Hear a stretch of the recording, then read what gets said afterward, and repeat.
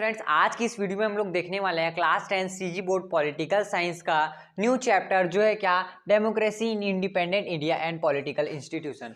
मैं बता सकता हूं कि दोस्तों आपने जितने भी जो चैप्टर पढ़े हैं ना पॉलिटिकल साइंस या हिस्ट्री वगैरह में, उन सब से हट के ये जो चैप्टर मुझे लगता है, क्योंकि इससे ना इसको पढ़ने से आपको एक ब्रॉड थिंकिंग मिलती है अपने कंट्री और स्टेट्स के बारे में, और हमें रिलेशनशिप पता चलता है किससे, हमें आउटर कंट्रीज और अपने इंडिया में। लेकिन मैं सही मामले में बताऊं दोस्तों, तो हमारे जो बुक है सीजी बोर्ड उसमें अच्छी तरीके से नहीं बताया है। उसे मैं आपको जो है पीछे से पिंक पॉइंट पकड़ के आपको अच्छी तरीके से क्या करूंगा, एक्सप्लेन करूंगा।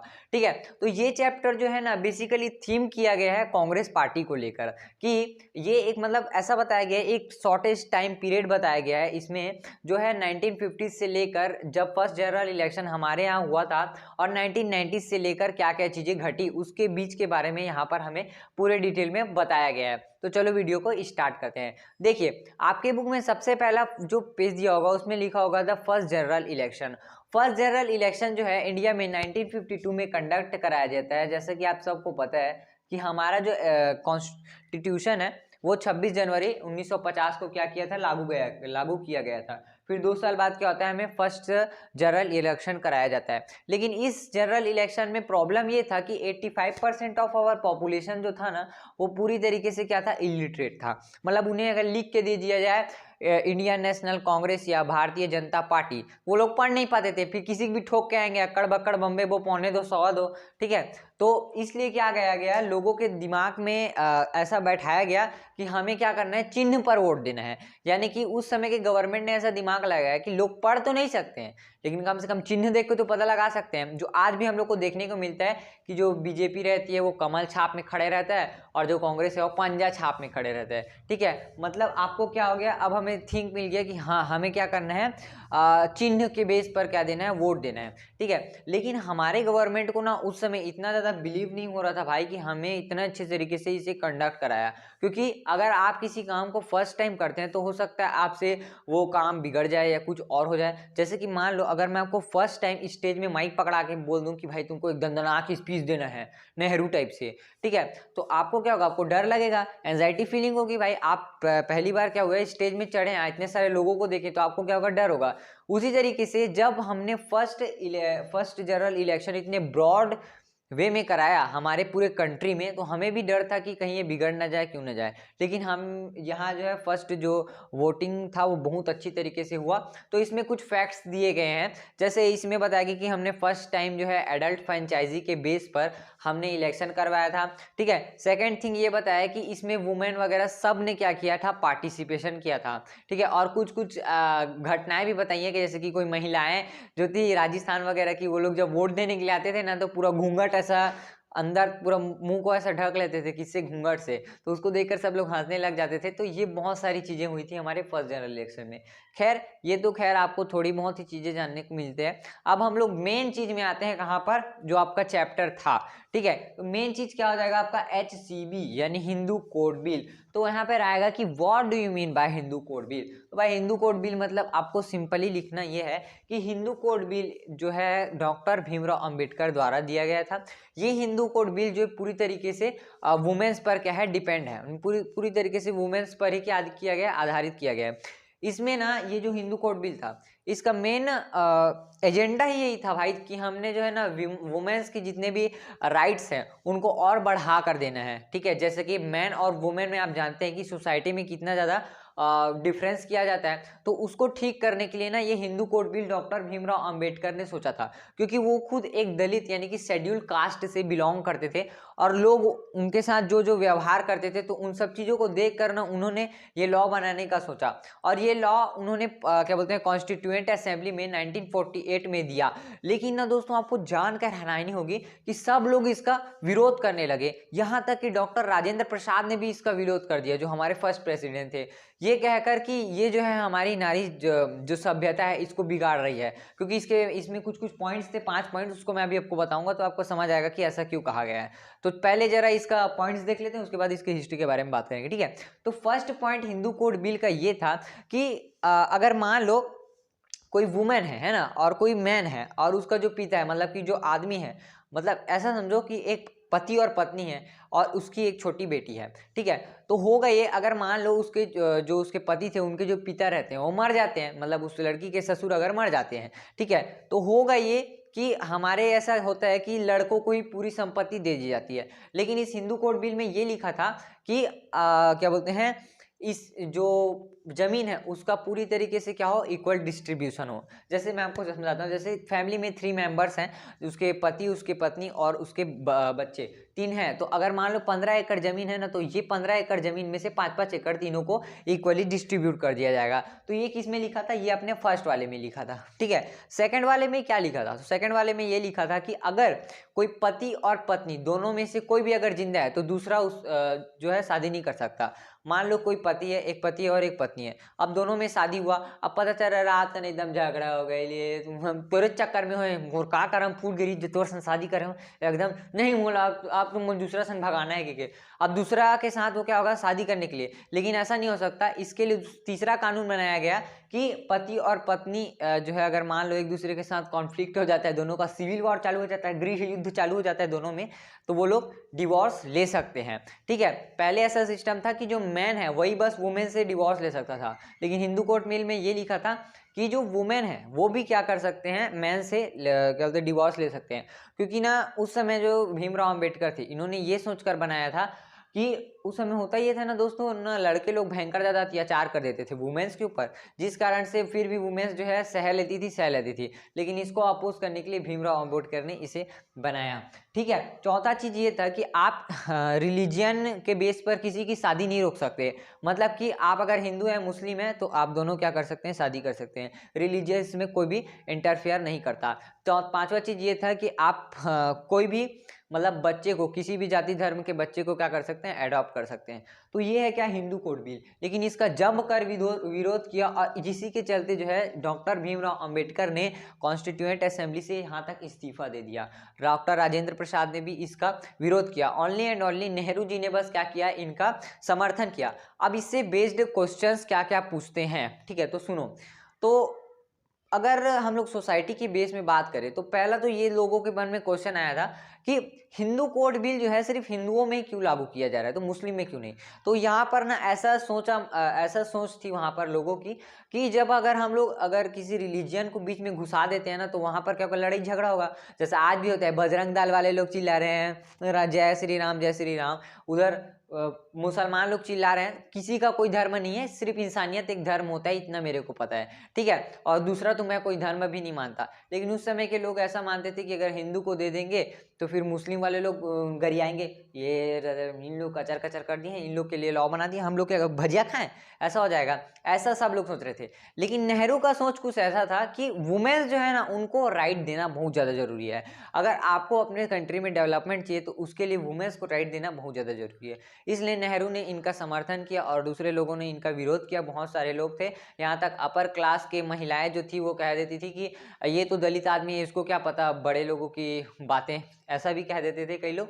तो डॉक्टर भीमराव अंबेडकर ने इसे इस्तीफा दे दिया और नेहरू ने कहा कि इसे हम लोग जो है फर्स्ट जनरल इलेक्शन के बाद क्या करेंगे, इंट्रोड्यूस करेंगे। क्योंकि देखो अगर मान लो फर्स्ट जनरल इलेक्शन में उन लोग इंट्रोड्यूस कर देते तो इससे क्या होता है, लोग उन पर बगावत पर आ जाते हैं, ठीक है। मतलब ये ससुरा हमारे सोसाइटी से खेल रहा है, ऐसा हो जाता। तो इसको ना क्या बोलते हैं 1952 के बाद में किया गया, ठीक है। ऐसा हमारा जो न्यू टॉपिक है वो आता है क्या, रीऑर्गेनाइजेशन ऑफ स्टेट्स, कि हमारे इंडिया में ऑर्गेनाइजेशन किस तरीके से हुआ हमारे स्टेट्स का, ठीक है। तो ये जो था ना, सबसे पहले 1948 में होता है ये कि 1948 में ना क्या बोलते हैं, एस के धार नाम के एक व्यक्ति थे, जिनको क्या दिया गया था, इनको दिया गया था एजेंडा कि भाई तुम्हारा काम है क्या, कि हमारे देश को किस तरीके से ऑर्गेनाइज करना है, इसको देखो नेहरू जी के साथ। ये बात थी किसके साथ, एस के धार के साथ। तो इन्होंने क्या लागू किया था, धार कमीशन लागू किया था, जिसके द्वारा जो है स्टेट को मतलब किस तरीके से हम लोग विभाजित करें, मतलब किस तरीके से रीऑर्गेनाइज करेंगे, इसके बारे में सोचा जा रहा था, ठीक है। अब उसी समय होता ये है कि आंध्र प्रदेश के एक मतलब फ्रीडम फाइटर थे, जिनका नाम था पोट्टी श्री रामल्लू, ठीक है। अब जो पोट्टी श्री रामल्लू जी थे ना, वो क्या कह रहे थे कि हमारा भाषा अलग है, यानी कि आंध्र प्रदेश का जो भाषा है तेलुगु वो अलग है, इसलिए हमें एक अलग क्या चाहिए, स्टेट चाहिए करके। अब नेहरू जी के दिमाग में सनका भैया, अरे यार मैं अगर इसको दे दूंगा दूंगा, लैंग्वेज के बेस में क्या करते हैं दे दिया स्टेट, फिर बाकी लोग गरियाएंगे, बोलेगा मराठी बोलने वाले लोग महाराष्ट्र दो, गुजराती वाले लोग गुजरात दो, अपने अपने चिल्लाने लग जाएंगे। तो ये बड़ा सिस्टम खराब है भैया। लेकिन दिक्कत ये था कि हम लोग कास्ट के बेसिस में भी नहीं बांट सकते थे, तो बहुत बड़ा दिक्कत यहाँ पे झोल हो गया। अब ये पोटी श्री रामुलु क्या किया, ससुरा 58 दिन तक क्या कर लिया, उपवास रख लिया 58 दिन तक। अब पानी वानी नहीं पिया, गए चल गए, मर गया कौन, पोटी श्री रामुलु। अभी फ्रीडम फाइटर मर गया। अब आंध्र प्रदेश वाले लोग तेलुगु में चिल्ला रहे हैं, तुम लोग हमको आंध्र प्रदेश बना के दो, तुम कुछ करो, अब हमारा मर गया ना, अब भाड़ में जाओ तुम लोग, अब कुछ करके हम लोग को नवा स्टेट बना कर दो। अब फिर जो है एक व्यक्ति थे, अब नेहरू जी का दिमाग खराब हुआ, अरे यार कौन से देश का हमको शासन मिला है, दूसरा क्या क्या हो रहा है यहाँ पर हमारे, जब किस चीज में हम लोग फंस गए, उपवास रख रख के मर रहे हैं लोग करके। ठीक है, उसके बाद ना एक सुप्रीम कोर्ट के जज थे जिनका नाम था शाह। ठीक है, क्या नाम था उनका, शाह। ठीक है, तो सॉरी फजल अली, उनका नाम क्या था, फजल अली। तो सुप्रीम कोर्ट के एक जज थे जिनका नाम था फजल अली। तो फजल अली ने दिमाग बताया किसको, नेहरू जी को, कि अरे यार तुम्हारे पास तो इतना अच्छा मौका है, तुम लिंग्विस्टिक आधार पर क्या करो, स्टेट्स को बांटो, ये बहुत ही अच्छा होगा। ठीक है, किया करके उन्होंने क्या किया, सलाह दिया, ले भाई तू जो बोल रहा है सही है, कम से कम कुछ तो मिला मेरे को, वरना तो आगे पीछे, आगे पहाड़ पीछे खाई वाली सिस्टम था। ठीक है, तो बोला कि भाई चलो अब तुम्हारी बात ही हम लोग मान लेते हैं। और फजल अली आयोग, ठीक है, फजल अली कमीशन के द्वारा क्या बनाया गया, फजल अली कमीशन के द्वारा 1953 में फर्स्ट स्टेट बनाया गया, क्या, आंध्र प्रदेश। फर्स्ट स्टेट बनाया गया आंध्र प्रदेश। अब कौन से कमीशन के द्वारा, तो फजल अली कमीशन के द्वारा इसे पारित किया गया। ठीक है, लेकिन मेन रूप से ना ये जो स्टेट है इसका कैपिटल वगैरह सब बना कितने में, 1 नवंबर 1956 में। 1 नवंबर 1956 में सब पूरी तरीके से हो गया कि भाई हमको अब लिंग्विस्टिक आधार पर क्या बांटने हैं,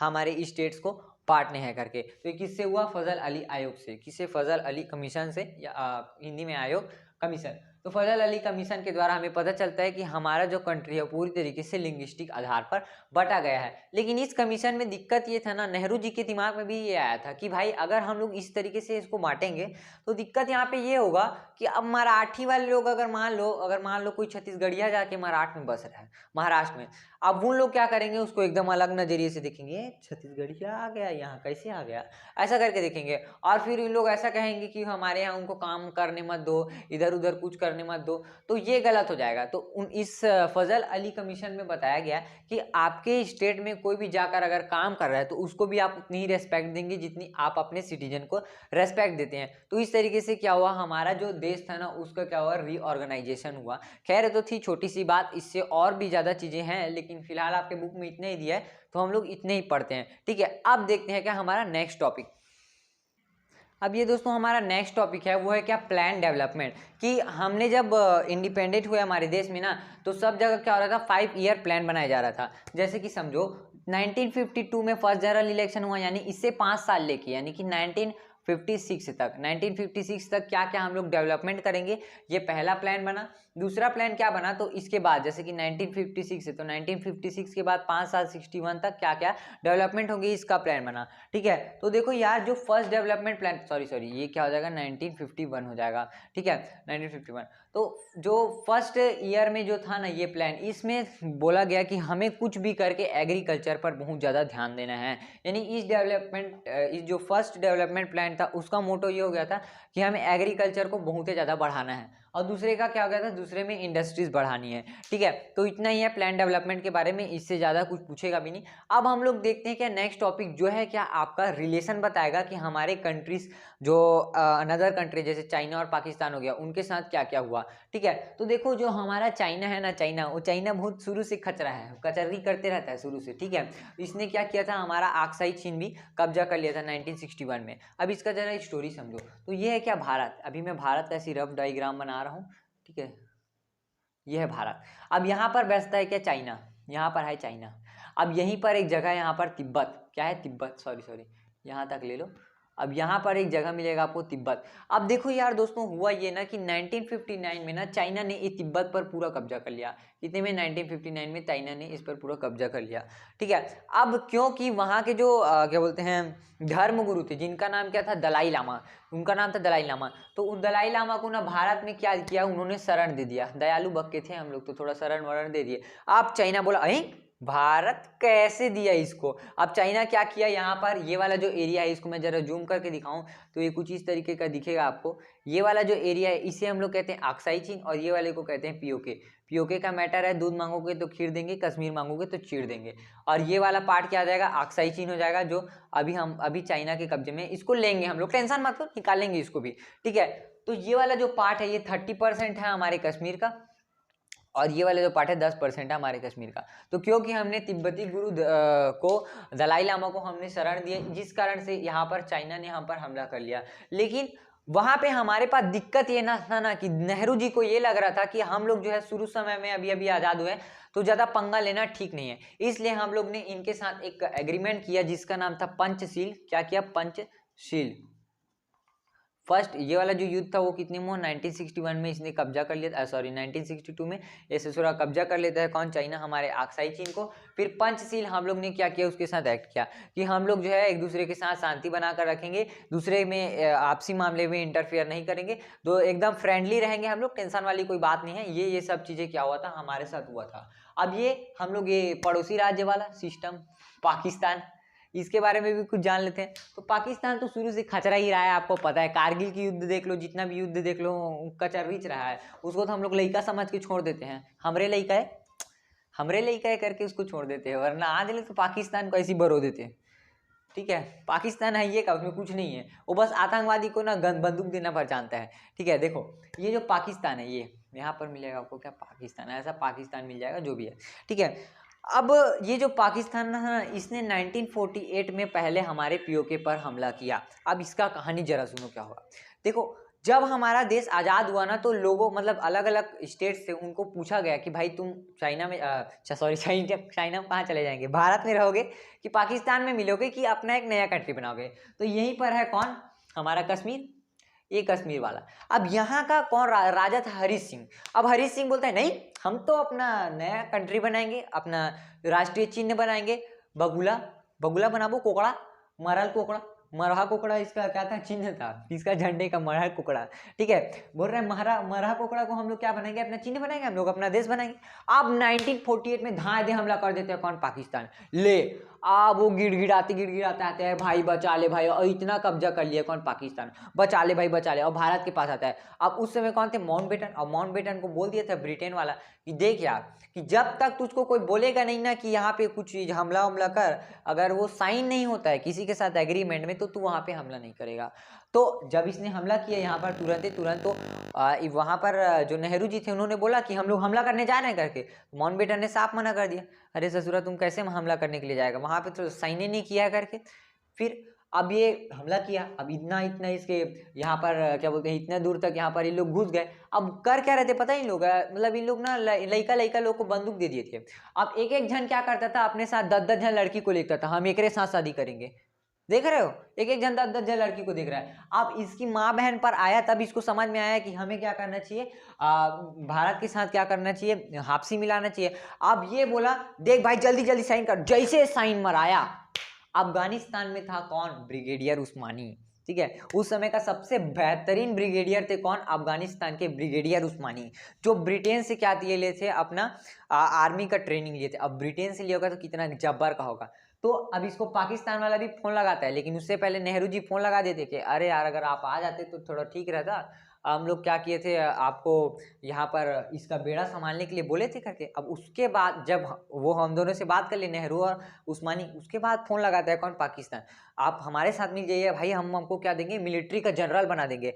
तब ब्रिगेडियर उस्मानी कहता है कि मैंने पहले ही किसी से डील कर लिया और मैं आ रहा हूँ सरहदों पर बम लेकर, तुम तैयार रहना। आप जब ब्रिगेडियर उस्मानी गया, अरे भाई जब मारना चालू किया, राय राय राय राय। ब्रिगेडियर उस्मानी मतलब एकदम ना ऐसे एकदम जिद्दी थे, ले डूब मरूंगा तो मरूंगा, अपने साथ 100 ले डूबूंगा, ऐसा वाला सोच रखते थे ब्रिगेडियर उस्मानी। और जब से ब्रिगेडियर उस्मानी को अपना बेड़ा दिया गया था ना, उससे एक कदम भी आगे नहीं बढ़ पाया पाकिस्तान। और ये आज भी पीओके जो है ना उतना ही है, वरना उसको रोक दिए, वरना ब्रिगेडियर उस्मानी तो पूरा पाकिस्तान ही ला लेता है। ब्रिगेडियर उस्मानी मजाक लग रहा है, लेकिन लास्ट में दोस्तों ब्रिगेडियर उस्मानी को तोप के गोला लगने के कारण बेचारे की मृत्यु हो जाती है। बहुत ही दुखद था हमारे लिए, वरना अगर ब्रिगेडियर उस्मानी जिंदा रहते तो सब लीडर ने कहा कि अगर ब्रिगेडियर उस्मानी रहते तो इंडिपेंडेंट इंडिया के सबसे पहले जो क्या बोलते हैं जनरल रहते वो ब्रिगेडियर उस्मानी ही रहते। ठीक है, ब्रिगेडियर उस्मानी बहुत ही इंपॉर्टेंट थे हमारे कंट्री के लिए, जिन्होंने हमारे लिए अपना क्या दिया, अपने जान बख्शा। ठीक है, तो अब देखो यहाँ पर पीओके वाले ससुरा का चल रही है। अब इतने में तो लड़ाई हो गया, ओके, इतना कोई नहीं था। अब चलिए देखते हैं कौन सा वॉर, बांग्लादेश और क्या बोलते हैं पाकिस्तान का वॉर। अब बांग्लादेश और पाकिस्तान का वॉर तो बड़े जब्बर है, इसको जरा लॉन्ग टाइम तक समझाना पड़ेगा। देखिए ये जो है ना, ये क्या है, आपका इंडिया है, ये इंडिया मिलेगा आपको। ठीक है, ये आपको इंडिया मिलेगा। यहाँ पर है पाकिस्तान और यहाँ पर है चाइना वाइना छोड़ो, अभी यहाँ पर है बांग्लादेश। ठीक है, अब हुआ ये ना, जब हम लोग को क्या बोलते हैं विभाजन किया गया, हमारे देश को विभाजन किया गया, तो भारत अलग बनाया गया, इधर पाकिस्तान और इधरों पाकिस्तान। तो ये वाले पाकिस्तान को वेस्टर्न पाकिस्तान कहा जाने लगा, वेस्टर्न पाकिस्तान, और इसको ईस्टर्न पाकिस्तान। तो ये वाले लोग अपने आप को कुछ ज़्यादा ही होशियार समझते थे, ये ऐसा समझते थे कि ईस्टर्न पाकिस्तान तो कुछ नहीं है रे, एकदम बोधवा छे, कुछ आता है तुम लोग को, कुछ नहीं आता है ना, एकदम जैसे सीबीएसई स्कूल वाले लोग जाएंगे और एकदम सरकारी स्कूल वाले लोग, तुम लोग को कुछ आता है, कुछ नहीं आता, हाँ रुक दिखाते हैं। ठीक है, तो यहाँ पर ये बोले। अब उसके बाद जनरल इलेक्शन यहाँ पर भी कंडक्ट कराया गया। तो इसके ईस्ट पाकिस्तान वाले के थे कौन, शेख मुजीबुर रहमान। उन्होंने क्या किया, इलेक्शन में खड़ा लिया भाई। अब इन लोग को तो लग रहा था कि हम ही लोग जीतेंगे, अरे हम ही लोग जीतेंगे। अब हुआ ये कि शेख मुजीबुर रहमान इनसे जीत जाते हैं और बन जाते हैं क्या, प्रेसिडेंट। अब ये बात उनको भाया नहीं, अरे यार हम लोग तो इसको बेलड़वे समझ रहे थे, यही लोग जीत गए करके। अब ये क्या किया, सेना भेज दिया, सीधा सेना भेज दिया, मतलब कि सॉरी सेना नहीं भेजा था। शेख मुजीबुर रहमान को शपथ लेने के लिए ना, देखो कभी भी कहीं भी शपथ होगा तो वो अपने कैपिटल सिटी में ही था। तो इसकी कैपिटल सिटी है इस्लामाबाद, जो यहाँ पर है। अब इस्लामाबाद में इसको क्या, जब बुलाया गया शेख मुजीबुर रहमान को कि आप यहाँ पर आइए शपथ लीजिए, उसी समय ससुरे लोग जाते हैं और उसको किडनैप कर लेते हैं। अब सोचो इतनी बुरी स्थिति है इन लोग की, अपने देश को इन लोग सुधार नहीं पा रहे हैं, लोग दूसरे को सुधारेंगे रे हैं। देखो खुद के प्रेसिडेंट के ना हुए तो क्या करेंगे। अब इमरान खान है जेल में, प्रेसिडेंट थे इनके।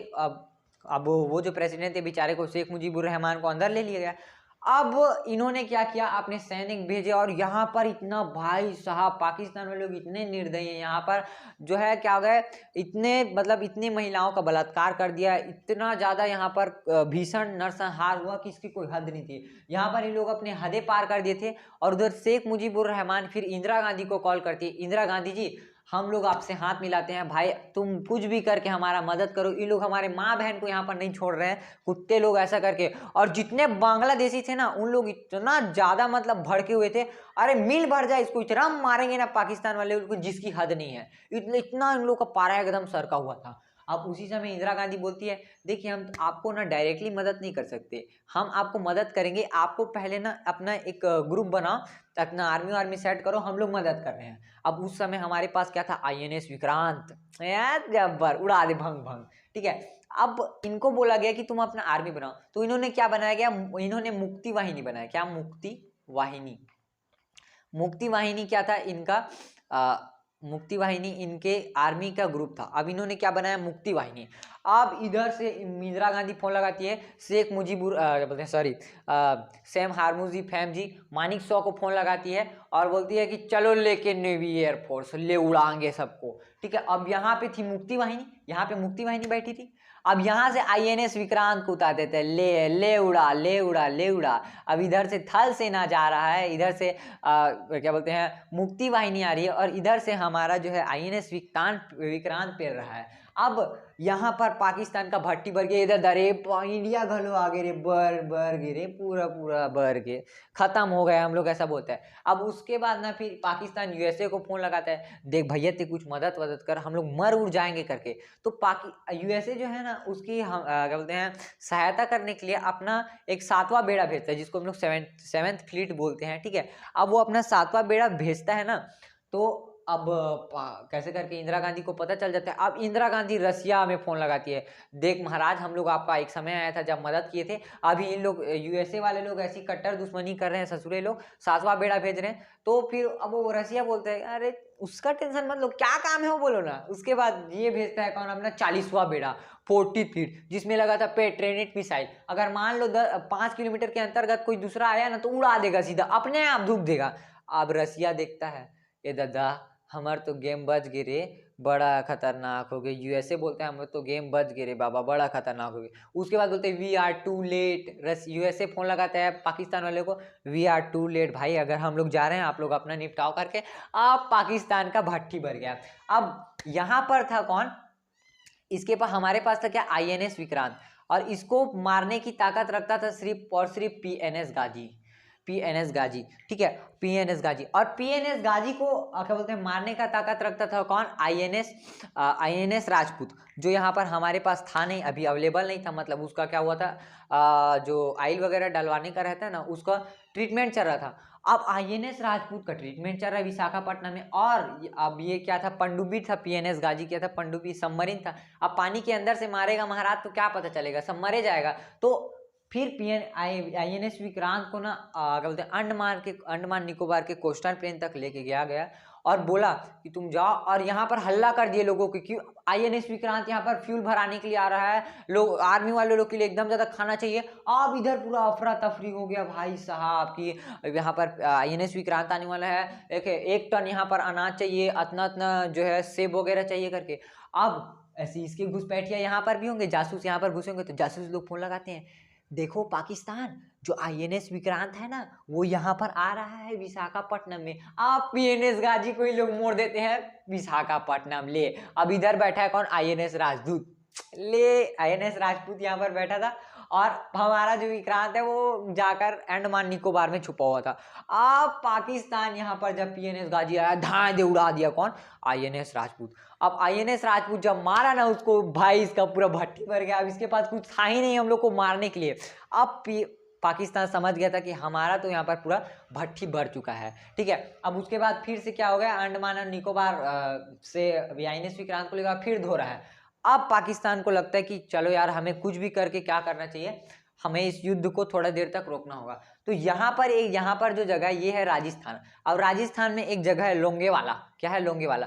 तो लोंगेवाला में सिर्फ और सिर्फ हमारे 120 सैनिक ही थे, ठीक है, जिसका नेतृत्व कर रहे थे कुलदीप सिंह चांदपुरी, ठीक है, पंजाबी, 1.25 लाख एक लड़ावा, ठीक है, 1.25 लाख के नीचे बातें नहीं करते हैं, दे बत्ती वाला, ठीक है। अब पाकिस्तान क्या करता है भाई, यहाँ पे 2000 की सेना और टैंक प्लस टैंक, इतना सब चीज भेज देता है कि इसको हमारे 120 सैनिक के लिए। अब जब क्या बोलते हैं कुलदीप सिंह चांदपुरी जी को फोन लगा के बताया गया कि आप वहां से हट जाइए लोंगेवाला से, यहाँ पर ये लोग बहुत ज्यादा टैंक वगैरह लेके आ रहे हैं। लेकिन कुलदीप सिंह चांदपुरी थे, हट, भले हम मर जाएंगे लेकिन बुजदिलों की तरह नहीं जिएंगे, मार देंगे इसको रात भर करके। अब दिक्कत ये था ना दोस्तों कि हमारे पास वहीं पर जगह था जोधपुर एयरपोर्ट। तो जोधपुर एयरपोर्ट में प्लेन तो थे लेकिन वहां पर रात हो चुका था। अगर मान लो रात को उन लोग उड़ाते तो रात को क्या होता है, प्लेन में कुछ भी नहीं दिखता, तो दिने में नहीं दिखता, बादल बादल दिखता है, ठीक है। तो रात को कैसे उड़ाना बहुत ज्यादा पॉसिबल नहीं था। तो उन लोग बोलते हैं कि आप सुबह तक वेट कर लो, फिर हम लोग क्या करेंगे, अपना भेज देंगे आर्मी करके। फिर 120 की सेना में जब इन लोग एक साथ बोलते थे ना, जो बोले सो निहार सत श्री अकाल, जो एक साथ चिल्लाते थे, और सिख लोग का एकदम आवाज एकदम बड़ा है ऐसा वाला, तो जब इन लोग बोलते थे ना तो एकदम झनक जाता था सब चीज। अब पाकिस्तान वाले लोग एकदम छोटे दिल वाले थे तो बोलते ए दादा इन लोग 120 नहीं है भैया, इन लोग तो मेरे 5-6 हजार लगते हैं, गलत सलत तुमको कोई नॉलेज दे दिया होगा। जब इन लोग चिल्लाते थे ना एकदम ज्यादा आवाज, ये भी एक सुर में चिल्लाते थे, एकदम इन लोग का पूरा दिमाग हल गया, रे क्या करे। अब जो क्या बोलते हैं कुलदीप सिंह चांदपुरी रहते हैं वो दिमाग लगाते हैं कि उनके पास उस समय ना एंटी टैंक माइन था। एंटी टैंक माइन वो माइन होता है जो सिर्फ और सिर्फ, मतलब वो ऐसा नहीं है हाथी वाथी वजन से फूट जाएगा, नहीं, वो सिर्फ टैंक मतलब 20,000 किलो ऐसे चीज से फूटता था, मतलब उसके ऊपर आ गया तो, ठीक है। तो उसने क्या किया, सामने में 2-4 था उनके पास, तो एंटी टैंक माइन लगाया गया और उसके पीछे में टिफिन लगा दिया, टिफिन भर दिया, ले रेती भर के टिफिन डाल दिया। अब पाकिस्तान वाले लोग का 1-2 फूटा क्या बोलते हैं टैंक, तो उन लोग को लगा अरे दादा रे एंटी टैंक माइन, उन लोग सुबह भर एंटी टैंक माइन खो रहे थे, और बाद में जाके देखे टिफिन में मिला क्या, भूसा टिफिन में भूसा मिला उन लोग को, और उधर से आ गया कौन, हमारा एयरफोर्स और जोधपुर एयरफोर्स ने जब मारा, मई मारा यहाँ पे, इतना रद्दी तरीके से हम लोग ने मारा किसको, पाकिस्तान को। और इन लोगों ने एकदम उल्टा करके लटकाए थे 1971 में, और बोले थे कि बोल बेटा अब ये तेरा पाकिस्तान नहीं है, ये बांग्लादेश कंट्री बन चुका है, बोल बोल। इन लोग को जब दिए थे भन भनना, समझ में आ गया था इन लोग को। 1971 तक हम लोग इसको क्या बोलते हैं लड़ाई हुआ, और 1972 तक जो है बांग्लादेश एक पूरा तरीके से कंट्री बन गया। यानी ये जो ईस्ट पाकिस्तान था वो 1971 में ही क्या होता है पूरा देश बन जाता है, और 1972 में यहाँ पर हम लोग ने पाकिस्तान वाले लोग को भेजा था। देखो हमारी इंसानियत देखो, इनके यहाँ पर 93, पता है ये Guinness book of world record में दर्ज है। 93,000 सैनिक ने यहाँ पर इनका क्या किया था, समर्पण किया था, आत्मसमर्पण। ये दुनिया के इतिहास में लिखा गया है कि 93,000 सैनिकों ने किस बुजदिलों की तरह यहाँ पर सरेंडर नहीं किया था। ये दुनिया में पहली ऐसा कंट्री था पाकिस्तान जिसने यहाँ पर सरेंडर किया था। आप सोच कर देखिए उस पाकिस्तान को जिसके 93,000 सैनिक हमारे कुछ सैनिक के सामने नहीं लड़ पाए, आप सोच कर देखिए। और हम लोग ने इनको बाइज्जत भेजा था, कहाँ पे 93,000 सैनिक को बाइज्जत यहाँ पे हम लोग ने पाकिस्तान भेजा था। और इतना हम लोग ने इसको अनाज खिलाए थे, अनाज मतलब बहुत दिनों तक रहते, मतलब 5 अब ऐसा कार्रवाई वारवाई हो रहा तो छोड़ दो महाराज करके, तो 5 दिनों तक हम लोग ने इनको खाना खिलाया था इतना भरपेट, और ससुरे लोग एकदम भर पेट खाए थे, ठीक है। और 93,000 सैनिकों को हम लोग ने इसको वापस किया था। हमारी इंसानियत देखो कि हमने इतना, वरना इन लोग को वहीं पे मार देते हम लोग का क्या है भाई, वहीं पे मार दे, हम लोग की लड़ाई में बीच में फंसा है मार दो। लेकिन हमारी इंसानियत ये थी कि तुम भी किसी के घर के हो, तुम्हारी भी कोई क्या बोलते हैं, तुम्हारी भी कोई बीवी होगी, तुम्हारे भी कोई बच्चे होंगे, तुम्हें जो है हमें हमारी तरह तुम्हारी भी जिंदगी है, तुम तो अपने देश के लिए लड़ रहे हो, यही सोचकर हम लोग ने इनको वापस भेज दिया था। और 1971 में ये जो है शेख मुजीबुर रहमान यहाँ के फर्स्ट प्रेसिडेंट बनते हैं बांग्लादेश के, और बांग्लादेश एक पूरा कंट्री बन गया, ठीक है दोस्तों। तो इस वीडियो में यही तक था, अब हम लोग नेक्स्ट वीडियो में इसके आगे का पार्ट देखेंगे।